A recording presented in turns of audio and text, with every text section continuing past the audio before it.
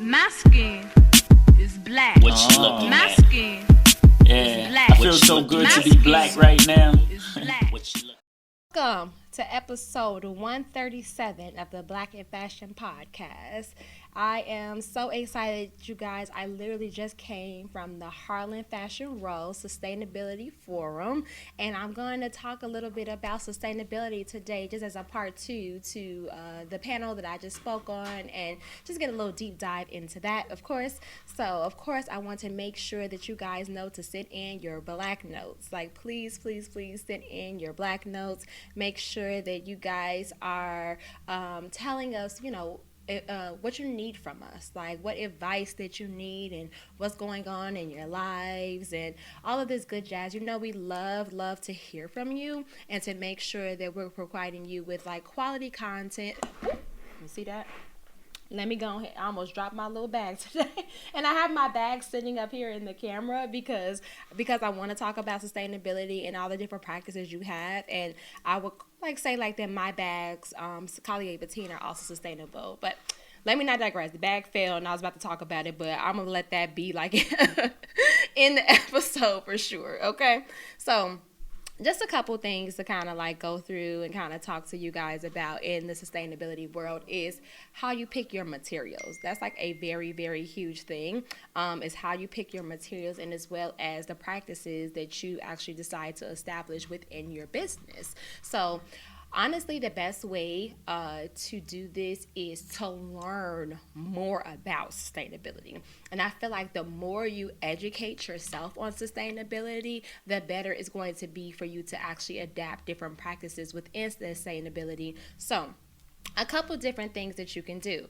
Now, one of those things being in your fabrication selection. So it's very, very good to understand the differences between natural fibers versus synthetic fibers. Synthetic fibers, we're going to see those a lot in our fast fashion world. What we call sustainability is actually slow fashion. So slow fashion versus fast fashion. So in fast fashion, polyester, acrylic, acetate, nylons, all of these man-made fibers are going to be there. Whereas in slow fashion, you're going to get a lot more cotton, hemp, linen, wool, silk, leather, all of these type of things. So those things are extremely, extremely important to know the differences between them. So that way, when you're pricing out your goods in a sustainability market, you understand that if you say, I want to have a regular collection, not regular, but I want to have fast fashion, but I also want to be sustainable. That is really, really, really hard to do. And the reason why that's super duper hard to do is because fabrications that are natural are going to cost way more. So that's usually what the big thing is between those two. I definitely think that it's a little bit harder. Give me 1 second. Sorry, guys. I got distracted. Sorry. It's so hard to multitask. I'm going to talk about that too, child. This is the first episode I've done by myself in like a while. But definitely it's hard. It's definitely hard to focus on sustainability when you are not educated on that process. So another thing that you can do within product development is going to be how you actually create the pieces. So one of those things being zero waste pattern making. I'm not sure if you guys have ever heard of that. So basically what zero waste pattern making does is that it actually creates the pattern. It creates the pattern so that it is, how do you explain it? It creates the pattern so that every piece is integrated into another piece. So that way you're not wasting fabrication, but you're also not wasting paper. So basically, like necklines are moved into like, let's say like an armhole. You could say that like sometimes like a waistband might be put into like a shoulder or a sleeve seam. So that's one way of doing it. So that's one way. And another way of doing it, and I'm telling you guys right now, I'm out of breath. So if I pause a little bit, and I have to stop a little bit. I literally have been running around all day. Well, running on little to no sleep because that's just like that entrepreneur life. And then I spoke at a summit today. I've been talking nonstop since 11:30 this morning. So if you see me slow down a bit, if you if you hear me lose my train of thought a little bit, or if I'm over here still trying to multitask because it's been like a crazy day, I'm gonna apologize right now because it is definitely one of those days without doubt. But that just kind of comes with the territory. But I love being on the podcast because I'm able to be transparent with you guys and be authentic, and I can be my authentic self on this podcast. I'm having a good day. Sometimes I'm having a bad day. Sometimes I'm overwhelmed, But at the end of the day, what I want to do is make sure that in any circumstance when I'm doing this podcast is getting the information out. So my apologies ahead of time. But yeah, I got y'all. Now, some of the things I spoke about today in sustainability also not necessarily has to do with all of the product development and fabrication practices, but also understanding how your product should be distributed as well. So a lot of times, people sit on inventory a lot, and then that's of course a fabric waste, and they have to consolidate it, and or sell it or refurbish it, but also just regular practices. One of those being mending your clothes. Like, you can save a lot of things in this environment just by mending your clothes, like knowing the basics of the basics, like being able to sew on the button or being able to put a hem back up if it goes down. So it's super duper important that you also know how to care for your clothes, because that will also eliminate a whole lot of waste. So how often are you looking at your labels? Like, your labels tell you like, hey, machine wash cold, lay flat to dry, line dry, hand wash. And a lot of times we ruin our clothes just by throwing the stuff in the washing machine, And I want you guys to think about this on a bigger picture spectrum. So let me just give you like a whole synopsis here. So today I got a chance to listen to Tracy Reese speak today, and when I tell you sis was dropping gems, and I just really love being in the room with her. She said something that really, really stuck with me about what she did with her business that I want for designers to consider, okay? So she said that, her partners, were telling her that they needed to move some of her creations and her designs to fast fashion consumer. Now, when you know anything about Tracy Reese is a sustainability designer. She is definitely a slow fashion designer, and there's a certain price point attached to her garments, like definitely in the ready to wear designer phase. So definitely 300 plus on her garments, okay? And that's because she's always done things domestically, and she's always been very, very super conscious of fabrications.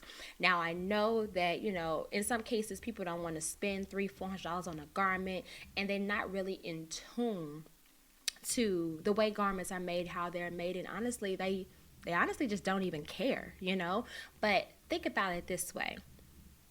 Slow fashion, and I believe the example that she gave was that, like, the people who wanted to order from her wanted to be able to make the garments for $10. Now, I want you guys to think about $10 as a labor standpoint. So if they're charging $10 per garment, that means the fabrication got to be $1, $2, which means it definitely ain't a natural fabrication. It's definitely something that's man-made and something that completely is going to continue to ruin our environment as well. But take it a step deeper. Think about the labor. If someone is charging $10 to make almost 10,000 pieces, imagine the labor. And if you think about it, 80% of garment workers are women in their sewing, and of course these things are being made overseas. So if you think about the bigger picture, the labor laws that are allowing people to make garments for $10 must have women at these sewing machines in sweatshops working 14 and 15-hour shifts. So I want you guys to start thinking about all of the stuff behind this. When you're buying a garment that's so cheap, or you have a certain idea, or you're upset that something costs a certain amount of money, but think about cheap fashion and really think about, could you imagine the amount of work that goes into making and sewing together a garment to be able to charge $10 for it, where we have people wouldn't even work for less than $15, but we expect for people in other countries to work for $10, and we are using these chemical-based materials to create garments that are going to continue to pollute our earth. So I know that you know, you feel some type of way when a garment costs too much in your opinion, but it's also a thing when your garment is too cheap. Do you think about the amount of time and work that went into that, and the amount of people that are either not getting paid at all or getting paid chump change to be bent over a sewing machine, hand sewing, and their fingers bleeding and cutting? Like, that's deeper than what we think of clothes, but we don't think about it to that extent because we only look at the price tag and we get in our head what we will and will not spend on certain things, you know. But I encourage people, like I said, do your research. Know that sustainability is a great thing, and there's different ways to incorporate it, but more than anything, labor. That's another reason why I prefer not to make garments overseas, because I need to be hands-on in my product.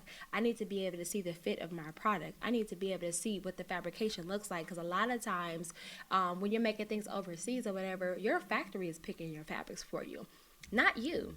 And as a designer, you should be picking your fabrics. Like, you should be the one that is hands-on within that and seeing every particular piece, you know. And I just feel, you know, everything that Tracy Reed said today just really just like sat with me when it came to like women and women labor and the amount of money, like really breaking it down to a science about how we choose to spend our money, you know.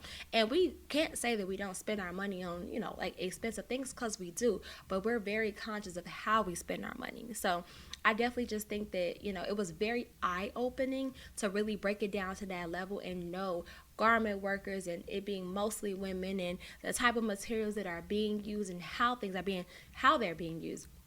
There are factories out there that have children in them, you know, children in the factory making clothing. Like, we feel blessed because we're in America, but think about all the people around the world that are not afforded the same opportunities and things that we have here, and that a child that could be 6 or 7 years old has to work in a garment factory or whatever. So it's more than just it being about the surface level stuff that you see, but to dig deeper into that, you know. And I just really wanted to point that out to you guys, and I just think that it's super duper important to know the root of how we spend our money and why we spend our money, and being okay with investing. And I get it, investing in quality clothing is a thing, but the reason why we buy so much stuff is because we're not taking care of it, and we're buying fast, cheap clothing that you're probably gonna wear once. What is wrong with wearing your garment again?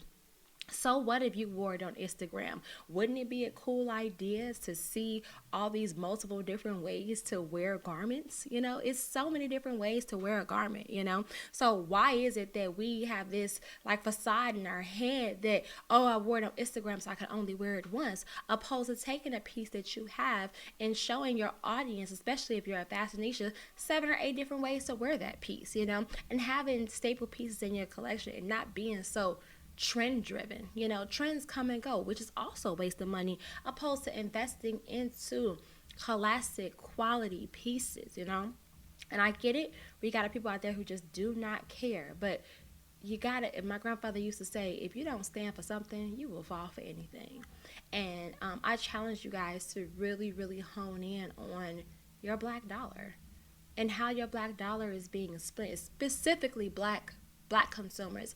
And the reason why I'm specifying black consumers, well, first off, this is the Black and Fashion podcast, but also because we are some of the main people that do this, you know. Like, we invest in like all these fast fashion boutiques and all of these like very cheap retailers like Rainbow and H&M and even like the Kira's of the world. It's cheap. It is, you know, and it is really, really, really clogging up our earth. I highly suggest it, and I feel like I've recommended this book 100 times, which is Overdressed. Overdressed by Elizabeth Klein is such an amazing read and really digs really deep into the fast fashion industry and the synopsis of things and how things are created and how things are made. And even to take it a step further, even in the luxury field, know your materials. This bag right here is 100% leather. It was bought, I bought the leather in Italy. It's Italian leather. It's lined with velvet. I normally line my bags with silk. But even like the Louis Vuitton bags these days, as well as the Gucci bags, those bags are made of PVC. PVC. And then they put leather on the handles, but sometimes they don't even use leather on the handles because you see it peeling and ripping off. But yeah, we tend to like go after these things for just like the little bit of luxury because it's more a bit of like luxury because it's a psychology thing, and we think because we've had a Louis Vuitton bag or a Gucci bag that we've made it, when deep down the inside is poly, the outside is PVC, and you got leather handles, or maybe not, that's going to deteriorate over time, you know? So I think it's super duper important to take a step back, look at the description on the thing that you're buying, look at the materials of the thing that you're buying, and do your part, you know? And even learning how, like I said, to do simple things as far as mending your clothes and just reading your labels will help you get to a space where you're actually valuing where you put your money. So even if you don't care about fashion, in a sense where you don't care whether you buy something that's cheap or something that's expensive, it's still your money. And if you're not valuing how you're spending your dollar, I'm not going to say it's a problem, but I would just say it's weird, you know? It's weird not to take value in what you spend your money on, your hard-earned money that you work hard for and that you hope that you would get the most out of, I would assume. But, I mean, I feel like I'm preaching to you guys today. And I think for good reason, though. Like, for good reason. But I do understand brands not being able to incorporate sustainability because that's just not within their margin. I completely understand that. But maybe you adapt different ways within your business structure to do that. Maybe it comes into like your packaging where you have like cotton tags instead of paper tags, or maybe you have recyclable mailers. So I do get it, but there's other ways of incorporating sustainability within the way that you do things in your practices as well, like not wasting paper and using like digital printers and different things like that, where maybe you print directly on your mailer so you're not wasting paper. Like, there's so many different practices that you can incorporate into a business to find at least some type of thing where you're leaving like a thumbprint, you know? And I just feel like that it also can be cheaper depending on the way that you do it. So for my designers out there, when it comes to what I mentioned earlier, which was the zero waste pattern making, yes, it takes more time and it's more expensive to make zero waste patterns, but you'll save fabric, you'll save paper, you'll save time on cutting because everything's intertwined together. So it's a little bit more expensive and work on the front end, but on the back end, it actually is a lot more helpful in your costing strategy and your sales strategy. So I hope that what I've provided today gives you a little bit of just insight, and I just, like I said, and I'm going to keep saying it, to make sure that you are actually, really like taking in and like learning about it. What everything that you're doing and stuff. So before I get into a little bit more information, I just want you guys to, before I get into my next segment, I need you to make sure you guys have heard of Charmaine Michael of CM Design Agency. So she's a startup fashion brand consultant with 30 years of experience in the NY fashion industry, and she's helping startup designers and brands launch like a pro using the proven pre-sale strategy. Go to, and I'll put the link in the bio, to learn how to position your brand for success with pre-selling so you could get working capital to fund your production run. You would not want to miss this training if you want your brand to stand apart from the rest. She's offering a 20% promo exclusively for our listeners, CMDA times BNFP. I'll also put that in the show notes. Plus, her label launch checklist is included so you can map out your launch with clarity from day one. And then the info and links will be below. And of course, definitely check her out. And then on all social sites, it is CM Design, DESIGN Agency, and the website is cmdesignagency.com. So definitely check her out. And the great thing I love, and something that Charmaine does, is the pre-sale model. That pre-sale model helps with sustainability because then you're not overly buying fabric, you're not overly manufacturing, you're not sitting on inventory, because you're using the data that you get from your pre-sale in order to understand what your stock units should look like. So a great practice of this is to look at, and once you start posting on social media, and let's say you run your social media campaign, look at the styles that are doing really well, whether it's getting shares, likes, saves, but also how you usually, you'll put shop now or add a link to your post.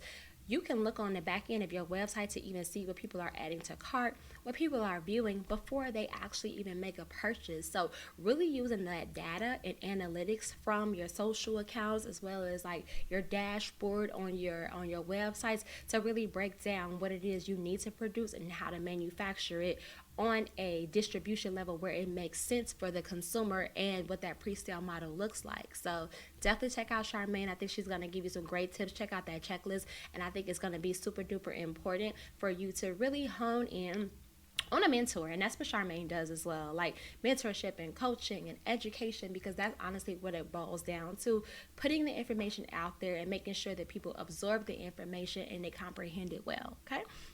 So just a little bit more on, I definitely want you guys to check out a couple different options when it comes to vendors and fabric suppliers that focus on sustainability. So if you guys are not familiar with Kindor Textiles, Kindor Textiles focuses on sustainability. They have recycled cotton, they have hemp, they have Lysol, they have so many different options. They're very great about sending swatches and samples of their fabrics and stuff like that. And you could always check them out at different trade shows. And then another one is Swatch On. Swatch On has an entire sustainability section of recycled cottons and different things like that. So the more you learn, the more you go out there and research these things, you'll definitely find out more information on sustainable fabrications and practices as well. Incorporating technology into your business is also a big way of creating sustainability as well. So before you even make samples and mock-ups, there is different like technology things like Clo3D and Browseware, where you can make 3D mock-ups and sell them that way, you know, so that way you're not wasting any money on sampling or fabric or anything else, because you're creating these 3D digital mock-ups that you can send out and you can post and you can promote, or even send to buyers to even see what that interest looks like. Gaining the interest and understanding exactly how your consumer is shopping and what styles are going to be more popular than other will definitely save you the time of going through that sample making process just to intrigue people's interest. So definitely check out those programs. They can be on the expensive side, but if you have a business, it can be discounted. If you're a student, it can be discounted. If you're in school right now, your institution probably has it and probably has a way for you to utilize it as well. Want to make sure I acknowledge another one of our sponsors. Demeanor by Tiara Alexandria is a Black-owned, women-founded contemporary womenswear brand that provides cocktail attire and elevated capsule pieces to the modern-day hyper-feminine alpha woman. We are known for juxtaposing sensuality with sophistication and delivering high-quality fashion pieces at an attainable price point. When you are looking to elevate or refine your personal style and brand, let them provide you with high-quality apparel that is ultra-chic and feminine, so that you can command every room and represent yourself with the utmost confidence and sophistication. Use code BNF15 for 15% off your first purchase. So I myself actually have a piece from them, and I cannot wait to wear it. I'm just waiting for the perfect occasion, but I did try it on, and baby, when I tell you, the quality of the pieces are absolutely amazing. The fit is absolutely amazing. I feel confident, I feel feminine, I feel chic, I feel all of those things, even just from having it on for a couple minutes and looking in the mirror. So wait till I step out on the town, honey. But before I close out today, education is utmost, is foremost, and resources are out there. Utilize them. Really focusing on mentorship and coaching and connection and networking with others just to learn. Peer-to-peer learning is one of the best things that you could do in the fashion industry, and learning from our counterparts as well. So as I always say, stay Black. Peace out.